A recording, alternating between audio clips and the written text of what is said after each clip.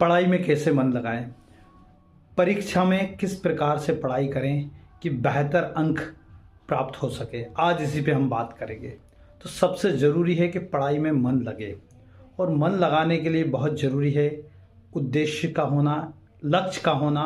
दूसरी सबसे बड़ी बात है कि आपकी प्लानिंग क्या है, आपकी योजना क्या है, आप पढ़ना क्या चाह रहे हैं, आप कितना पढ़ना चाह रहे हैं। उसके लिए एक योजनाबद्ध तरीके से आपको पढ़ना होगा।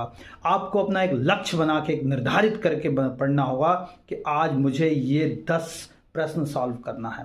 तो ये अपना एक लक्ष्य बनाइए। उसके बिना मुझे आज उठना ही नहीं है, उसके बिना आज मुझे सोना ही नहीं है।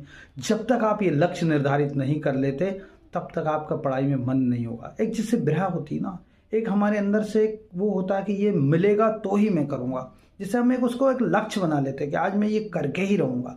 जब तक आप ये लक्ष्य नहीं बना लेते तब तक आप पढ़ाई में सफल नहीं हो सकते। तो एक लक्ष्य बनाइए कि मुझे ये 10 प्रश्न या 20 प्रश्न मुझे इतने पढ़ने ही हैं।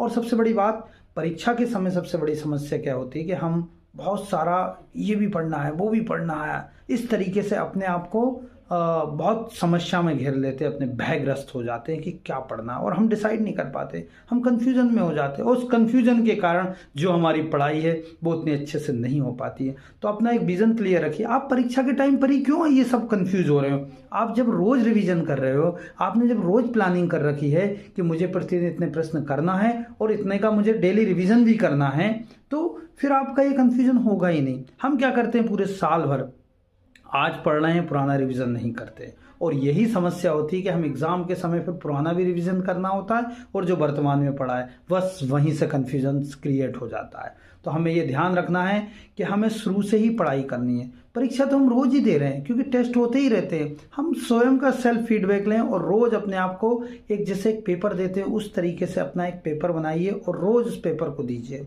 और उसमें मिक्स करते जाइए, पुराना पढ़ा हुआ, अभी का पढ़ा हुआ। आप देखेंगे कि आप बेहतर अंक ला पाएंगे। तो इसी के साथ फिर मिलेंगे हम एक नए वीडियो के साथ। नमस्कार।